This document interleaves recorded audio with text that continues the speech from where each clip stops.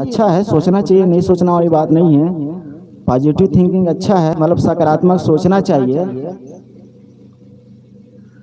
कई लोग तो कहते भी रहते हैं, अपने बच्चों को गाली भी देते रहते हैं, ये लोग क्या हमको खिलाएंगे पिलाएंगे, हमारे गांव वाले लोग हमारे सहयोगी होंगे, इसे भी कहते रहते हैं। तो गांव वाले लोग तो सहयोगी होंगे ही, अच्छा स्वभाव के हैं तो सब कोई सहयोगी होंगे और सहयोग होता भी है, लेकिन बच्चों का उपेक्षा करना ठीक नहीं है। इससे बच्चे सुनेंगे तो क्या समझेंगे और प्रतिकूल होते जाएंगे। तो सहना पड़ता है, झुकना पड़ता है। सत्संग में संत गुरुजन यही बताते हैं कि जहां हम रहते हैं, चाहे विकट से विकट स्थिति परिस्थिति प्रतिकूल हो जाए, लेकिन बड़ों का आदर भाव सत्कार नहीं भूलना है। यह हम भारत की संस्कृति है।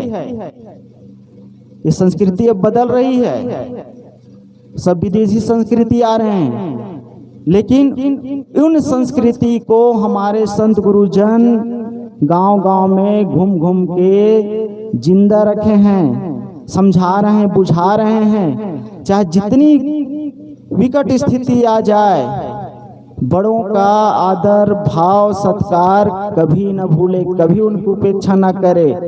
बड़े लोग ही, माँ बाप लोग ही भगवान है, और कहीं भगवान भगवती मिलने वाले नहीं है। प्रत्यक्ष जो आशीर्वाद मिलते हैं वो किससे मिलते हैं? माँ बाप से, संत गुरुजनों से। लेकिन कब? जब झुकेंगे तब। हम मंदिरों में जाकर के झुकते हैं, पानी चढ़ाते हैं, घंटा घंटा पूजा करते हैं, लेकिन कोई आशीर्वाद देने वाले, प्रत्यक्ष रूप से आशीर्वाद देने वाले कोई नहीं है। वो हम लोग मानते हैं हमारी भावना के अनुसार। लेकिन जब हम बड़ों के सामने झुकते हैं तो तुरंत आशीर्वाद मिलता है। माँ बाप के आप पैर छुए, तुरंत आशीर्वाद देंगे। संत गुरुजनों का पैर छुए, तुरंत आशीर्वाद देंगे। किसी का भी हो, दुश्मन के भी अगर पैर छुएंगे ना, तो भी वे आशीर्वाद देंगे। जब महाभारत में युद्ध की तैयारी थी, तो युधिष्ठिर और अर्जुन गए हैं, पांचों पांडव गए हैं, अपने भीष्म पितामह के पैर छूते हैं और विजयी भव कहते हैं। दुर्योधन को सुन करके उसका तो दिमाग चढ़ जाता है। दुर्योधन का स्वभाव जानते हैं ना, दुर्योधन का एकदम उल्टा स्वभाव। तो दुर्योधन जैसे स्वभाव नहीं बनाना है, हम लोग भी ऐसे ही स्वभाव बना लेते हैं, एकदम अक्खड़।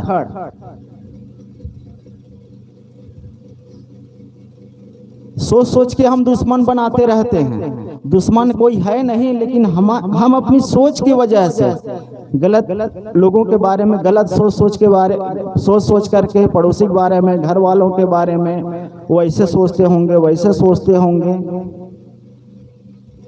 ये दुर्योधन वाला स्वभाव है। ऐसा स्वभाव नहीं बनाना है। सब जानते हैं, अच्छी बातों को जानते हैं, ऐसे नहीं कि नहीं जानते। दुर्योधन भी अच्छी बातों को जानते हैं। जनानि धर्मम न चमे प्रवृत्ति, जनानि अधर्मम न चमे निर्वृत्ति। ये दुर्योधन कहते हैं जनानि धर्मम, मतलब मैं धर्म को जानता हूं, लेकिन प्रवृत्ति उसका आचरण मैं नहीं कर पाता हूं। सब जानते हैं अच्छे बुरे को, बस उसको आचरण करने की जरूरत है, जीवन में उतारने की जरूरत है, उसको जीने की जरूरत है। दुर्योधन कहते मैं धर्म को जानता हूं, लेकिन मैं उसका आचरण नहीं कर पाता हूं। और धर्म को भी जानता हूं, लेकिन मैं उसका निवृत्ति नहीं कर पाता हूं, यानी त्याग नहीं कर पाता हूं। सब लोग सब जानते हैं। शराब पीने वाला नहीं जानता है क्या स्थिति है शराब पीने के बाद, क्या होता है, घर की स्थिति कैसे होती, बच्चों की स्थिति, पढ़ाई लिखाई कैसे होती। लेकिन आदत ऐसी है कि छूटती नहीं है, फिर आदमी वहीं जाता है। बेइज्जत होते हैं, गाली खाते हैं, लेकिन आदमी वही काम करते रहता है। क्यों? क्योंकि आदत से लाचार है। छत्तीसगढ़ में कहावत है ना, कुकुर के पूछी जब रही थे, टेढ़ा के नहीं जानो कागा, जानथो? बस वही वाली बात है। कुकुर के पूछिला जतका सीधा कर, तेल घी मालिश कर, आइस क्रीम व्रीम लगा करके जो भी दवाई पानी होता है सीधा हो जाएगा करके, तो सीधा हो जाएगा क्या? चाहे पाइप घुसा दे रही है, हमारे साहब कह रहे महीनों भर नहीं सालों भर पाइप घुसा के रखे जा, लेकिन पाइप को जब खींच देंगे तब फिर कुकुर के पूछी टेढ़ा के टेढ़ा, कुकुर के पूछी टेढ़ा है, हमरो मन के मन स्वभाव ऐसे ना टेढ़ा हो जाए। ये लोग कहते हैं ना ये बड़ा टेढ़ा आदमी है, ये आदमी जब बोली तो टेढ़ा बोली, होता है ना? क्यों? क्योंकि वो आदत बना लिए हैं। और वैसे लोगों के लिए कहते हैं लातों का बात, लातों का भूत, लातों हाँ, लातों का भूत बातों से, हाँ सबको याद है। स्वभाव को बढ़िया बनाना है, टेढ़ा नहीं बनाना है, नहीं तो क्या होगा? वही बात है कुल मिलाकर के कि थप्पड़ ही मिलेगा, थप्पड़ ही मिलना है। अगर स्वभाव सही नहीं है तो जहां जाएंगे ठुकराए जाएंगे। घर में हो, समाज में हो, सत्संग भी आएंगे ना तो भी लोग टोकेंगे। क्यों? क्योंकि स्वभाव से लाचार है, बोलने की आदत है तो लोग टोकेंगे। सत्संग में चुप रहो, नहीं बाहर निकलो पंडाल से। मैं ये कह रहा था कि अपनी खुशी अपने हाथों में लेना है, दूसरों के हाथों में रहेगी तो हम जीवन भर मायूस ही रहेंगे। हम अपनी खुशी कहाँ मानते हैं? पत्नी से मानते हैं। पति अपनी खुशी पत्नी से मानते हैं, पत्नी अपनी खुशी पति से मानते हैं, माँ बाप बच्चों से मानते हैं, अब बच्चे माँ बाप से, कोई धन दौलत से।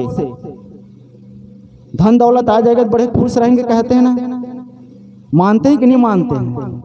धन दौलत की जरूरत है। मैंने शुरू में निवेदन किया था कि धन दौलत का ताल्लुकात खुशी से जरा भी नहीं है, जरा भी नहीं है। खुशी या शांति का संबंध किससे है?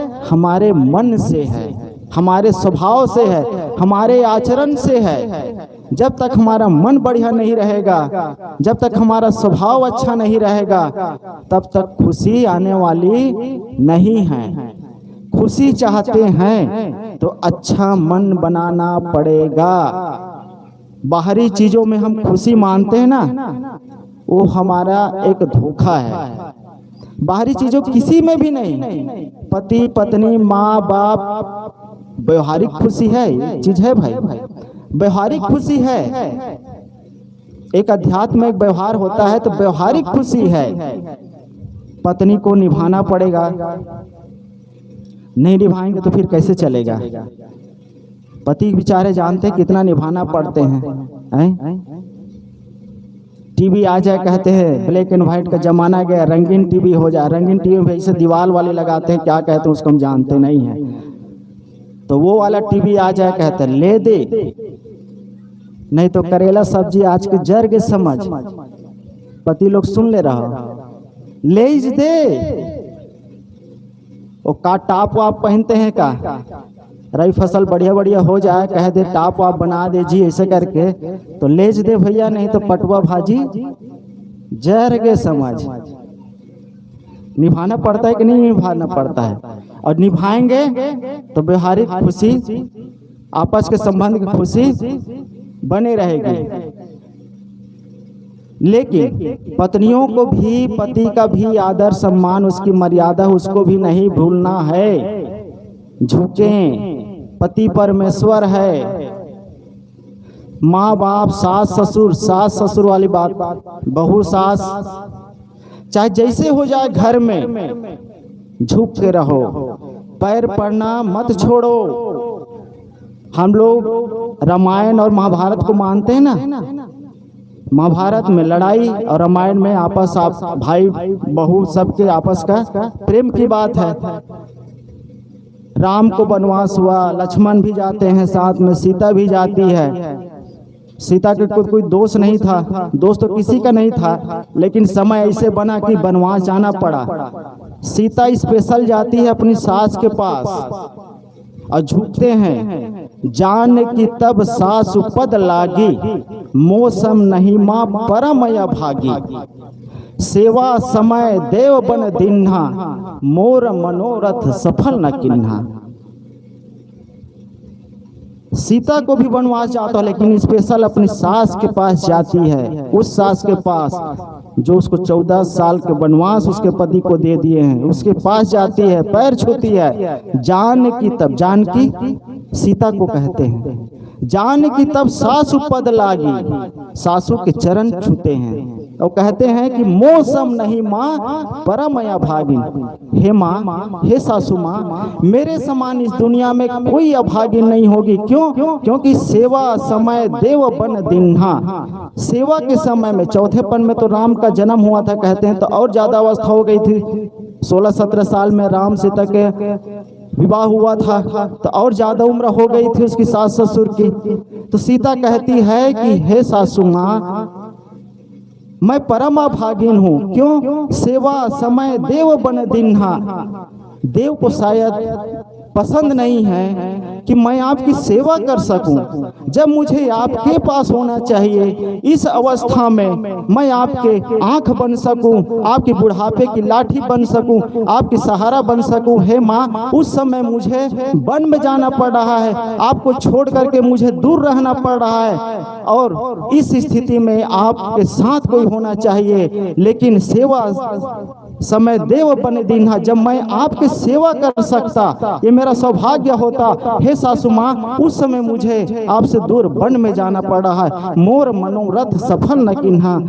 माता सीता कहती है कि हे माँ, मेरा जो सोच था कि मैं आपकी सेवा कर सकूं, वो मेरे मन की बात मन में रह गई माँ। उस चीज को मुझे, उस गम को मुझे पीना पड़ रहा है। मैं आपके सेवा से वंचित हो गई माँ। मैं सोचा था कि आपके पास रहती, आपकी सेवा करती, जो भी बन सकती, लेकिन मेरे समान इस दुनिया में कोई अभागी नहीं होगी माँ। कौन कह रही? वो सीता कह रही, उससे कह रही है जो उसको, उन लोगों को 14 साल के वनवास दिए। हम लोग जरा जरा से बात के लिए भैया क्या क्या नहीं करने को, क्या क्या नहीं सोच लेते हैं, और क्या क्या हथकंडे नहीं अपना लेते हैं।